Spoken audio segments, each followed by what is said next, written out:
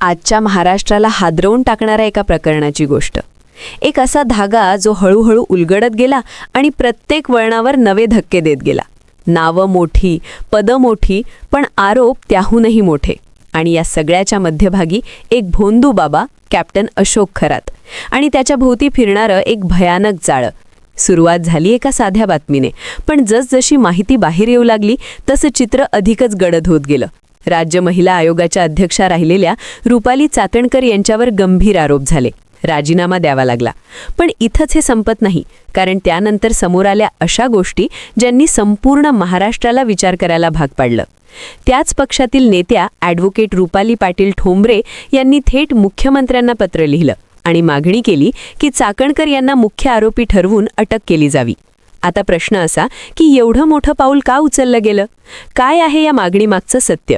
आणि खरोखरच हा सगळा प्रकार किती खोलवर रुजलेला आहे? ठोंबरे म्हणतात, मी राजकारण म्हणून बोलत नाही, मी एक महिला म्हणून, एक वकील म्हणून बोलतेय. त्या सांगतात की हा फक्त एक गुन्हा नाही, तर एक संघटित कट आहे, जिथे कायद्याचं उल्लंघन झालं, पदाचा गैरवापर झाला आणि सर्वात धक्कादायक म्हणजे पीडित महिलांच्या तक्रारी दाबल्या गेल्या. त्यांनी असा आरोप केला की या संपूर्ण सेक्स रॅकेटमध्ये चाकणकर या मुख्य सूत्रधार होत्या. आणि जर हे खरं असेल तर हा फक्त एक व्यक्तीचा गुन्हा नाही, तर संपूर्ण व्यवस्थेवर प्रश्नचिन्ह उभं करणारा प्रकार आहे. ठोंबरे पुढे सांगतात की पोलिसांकडे अनेक व्हिडिओ आहेत, पुरावे आहेत, पण हे पुरावे आधी सोशल मीडियावर कसे आले? कोणत्या दबावाखाली काही गोष्टी दडपल्या गेल्या? आणि सर्वात महत्त्वाचं म्हणजे जर एखाद्या अधिकाऱ्याला किंवा पदावर असलेल्या व्यक्तीला माहिती होती तरी त्यांनी कारवाई का केली नाही? हीच ती जागा आहे जिथे सस्पेन्स वाढतो, कारण इथे फक्त आरोप नाहीत, तर प्रश्नांची एक लांबलचक यादी आहे. 2 मुलं खरातला ब्लॅकमेल करत होती. त्यांनी काही सामाजिक कार्यकर्त्यांना व्हिडिओ दाखवले, पण न्याय मिळवण्याऐवजी तिथे तडजोड झाली, असंही सांगितलं जातं. मग प्रश्न असा की सत्य कुठे हरवलं? कोणत्या क्षणी हा केस वळण घेत गेला आणि का? ठोंबरे सांगतात की त्या लवकरच काही नावं आणि पुरावे सार्वजनिक करतील, पण तोपर्यंत महाराष्ट्र थांबून आहे. कारण प्रत्येकाला जाणून घ्यायचं आहे की या सगळ्याच्या मागे नेमकं कोण आहे. आणि खरंच जर हे सगळं सत्य असेल तर मग पुढे काय होणार? उलट इथूनच ती आणखी गंभीर वळण घेते. कारण जेव्हा आरोप फक्त बोलण्यात राहत नाहीत आणि पुराव्यांच्या दिशेने जाऊ लागतात, तेव्हा संपूर्ण चित्र बदलतं. ठोंबरे यांनी सांगितलं की अनेक पीडित महिलांनी महिला आयोगाकडे तक्रारी केल्या होत्या, पण त्या तक्रारी पुढे गेल्याच नाहीत, त्या दाबल्या गेल्या. आता विचार करा, ज्या संस्थेवर महिलांना न्याय देण्याची जबाबदारी आहे तिथेच जर तक्रारी थांबल्या तर त्या महिलांनी कुठे जावं? कोणाकडे न्याय मागावा? हीच ती वेदना आहे जी या प्रकरणाला भावनिक बनवते. कारण इथे फक्त राजकारण नाही, इथे खऱ्या लोकांच्या आयुष्याचा प्रश्न आहे. ठोंबरे सांगतात की काही व्हिडिओ समोर आले आहेत, काही फोटो ज्यात संबंधांची झलक दिसते. 2016 पासून ओळख असल्याचंही बोलले जाते. पण ओळख असणं आणि गुन्ह्यात सहभागी असणं यात फरक असतो. मग तो फरक कुठे संपतो? कोणत्या टप्प्यावर एक साधी ओळख संशयास्पद बनते? हेच समजून घेणं महत्त्वाचं आहे. त्यांनी असा आरोप केला की एका वर्षापूर्वीच या बाबाच्या विरोधात माहिती आली होती. पत्रकारांनी मुद्दा उचलला होता, पण तरीही कारवाई झाली नाही. का? हा काच सगळ्यात मोठा प्रश्न आहे. कारण इथेच सगळं दडलं आहे. जर वेळेत कारवाई झाली असती तर कदाचित अनेक महिलांचं नुकसान टळलं असतं. ही गोष्ट जितकी ऐकायला कठीण आहे तितकीच ती समजून घेणंही आवश्यक आहे. आणि मग येतो आणखी एक धक्का. काही फोटो समोर आले, काही नेत्यांचे, काही अधिकाऱ्यांचे. मग चर्चा सुरू झाली, सगळ्यांनाच आरोपी ठरवायचं का? पण ठोंबरे स्पष्ट म्हणतात की नाही, फक्त फोटो असणं म्हणजे गुन्हा नाही.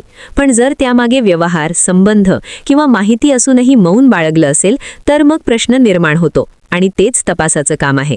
इथेच गोष्ट थोडी गुंतागुंतीची होते. कारण आता यात पैसे, ट्रस्ट, प्रॉपर्टी यांचा मुद्दाही समोर येतो. आरोप आहेत की लोकांना भीती दाखवून, फसवून प्रॉपर्टी घेतली गेली आहे. काही लोकांनी जमीन बक्षीसपत्राने दिली, काहींनी पैसे दिले, आणि हे सगळं एका जाळ्याचा भाग होतं. आता आयकर विभाग, ईडी यांचा तपास सुरू होऊ शकतो. आणि जर हे खरं असेल तर मग हा फक्त क्राईम नाही, तर एक मोठा आर्थिक घोटाळा देखील ठरू शकतो. पण या सगळ्यात सर्वात जास्त धक्का बसतो तो त्या एका गोष्टीने, शेतकऱ्यांचं पाणी. आरोप आहेत की लाखो लिटर पाणी या ट्रस्टसाठी वळवलं गेलं. ज्या शेतकऱ्यांना प्रत्येक थेंबासाठी झगडावं लागतं, त्यांचं पाणी कुठे गेलं? का गेलं? आणि कोणाच्या आदेशाने गेलं? हा प्रश्न खूप मोठा आहे. कारण इथे फक्त पैशांचा नाही, तर लोकांच्या जगण्याचा मुद्दा आहे. आता या सगळ्या प्रकरणाचा शेवट अजून दूर आहे, पण प्रत्येक दिवस नवं वळण घेऊन येतोय.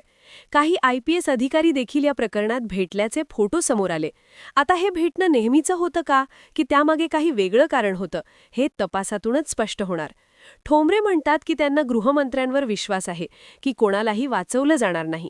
पण जनतेचा प्रश्न वेगळा आहे. खराच न्याय होईल का? कारण अशा मोठ्या प्रकरणांमध्ये अनेक वेळा सत्य बाहेर येण्यासाठी वेळ लागतो आणि काही वेळा ते पूर्णपणे बाहेर येतच नाही. पण यावेळी लोकांची नजर खूप तीक्ष्ण आहे. सोशल मीडियावर चर्चा आहे, लोक प्रश्न विचारत आहेत आणि सगळ्यांना उत्तरं हवी आहेत. दरम्यान राजकीय वाद देखील सुरू झाले. काही नेत्यांनी वेगवेगळे दावे केले, पण ठोंबरे यांची एक स्पष्ट भूमिका आहे: या प्रकरणाचं राजकारण करू नका. कारण जर हा मुद्दा डायव्हर्ट झाला तर खऱ्या गुन्हेगारांपर्यंत पोहोचणं कठीण होईल आणि सर्वात मोठं नुकसान होईल त्या पीडितांचं, ज्या आधीच न्यायासाठी झगडत आहेत. ही गोष्ट इथेच संपत नाही, कारण पुढे काय होणार हे अजूनही अंधारात आहे. तपास सुरू आहे. नवी नावं समोर येऊ शकतात, नवे पुरावे बाहेर येऊ शकतात आणि कदाचित काही धक्कादायक सत्य देखील. पण एक गोष्ट नक्की आहे, हा केस महाराष्ट्राच्या इतिहासात लक्षात राहणार आहे, कारण याने अनेक प्रश्न उभे केले आहेत, व्यवस्थेवर, नेत्यांवर आणि आपल्या समाजावरही. शेवटी एकच प्रश्न उरतो: सत्य काय आहे? प्रत्येक अपडेट, प्रत्येक माहिती या गोष्टीला नवीन दिशा देईल आणि तुम्ही जर इथपर्यंत पाहिला असेल तर पुढे काय होणार हे जाणून घेण्यासाठी शेवटपर्यंत राहणं खूप गरजेचं आहे. आणि आता या संपूर्ण प्रकरणात सर्वात महत्त्वाचा, सर्वात थरारक टप्पा सुरू होतो. कारण आतापर्यंत आपण जे काही ऐकलं ते आरोप, दावे आणि काही पुराव्यांच्या आधारे उभं राहिलेलं चित्र होतं. पण आता प्रश्न आहे, पुढे काय? सत्य खरंच बाहेर येणार का, की पुन्हा एकदा सगळं धूसर होणार? कारण जसं जसं तपास पुढे सरकत आहे तसं तसं काही नवीन धागे समोर येत आहेत आणि हे धागे इतके गुंतागुंतीचे आहेत की त्यात कोण कोण अडकणार हे सांगणंही कठीण झालंय. दरम्यान सूत्रांच्या माहितीनुसार काही महत्त्वाचे डिजिटल पुरावे तपास यंत्रणांच्या हाती लागल्याची चर्चा आहे. मोबाईल डेटा, कॉल रेकॉर्ड्स, आर्थिक व्यवहार आणि हे सगळं एकमेकांशी जोडून पाहिलं जातंय. म्हणजेच आता फक्त आरोप नाहीत तर त्यामागचं नेटवर्क शोधण्याचा प्रयत्न सुरू आहे आणि इथूनच खरी परीक्षा सुरू होते, तपास यंत्रणांची, सरकारची आणि न्यायव्यवस्थेची. कारण जर या सगळ्या गोष्टी खरंच जोडल्या गेल्या तर हे प्रकरण एका व्यक्तीपुरतं मर्यादित राहणार नाही. हे एक मोठं जाळं उघड करू शकतं आणि त्यामुळेच सगळ्यांच्या नजरा आता या तपासावर खेळल्या आहेत. दरम्यान पीडित महिलांच्या कथाही हळूहळू बाहेर येऊ लागल्या आहेत. काहींनी धाडस करून पुढे येण्याचा निर्णय घेतलाय. त्यांनी सांगितलेल्या गोष्टी ऐकताना अंगावर काटा येतो. विश्वास, श्रद्धा आणि भीती यांचा वापर करून कसं लोकांना जाळ्यात ओढलं गेलं हे ऐकून कोणालाही धक्का बसेल. आणि इथेच हा विषय फक्त कायद्यापुरता राहत नाही, तो सामाजिक प्रश्न बनतो. कारण जेव्हा एखादा माणूस गुरु म्हणून समोर येतो तेव्हा लोक त्याच्यावर विश्वास ठेवतात आणि जर तोच विश्वास फसवणुकीत बदलला तर त्याचा परिणाम खूप खोलवर जातो. ठोंबरे वारंवार सांगत आहेत की ही फक्त केस नाही, हा समाजाला जागं करण्याचा इशारा आहे आणि कदाचित ते खरंही आहे. धन्यवाद.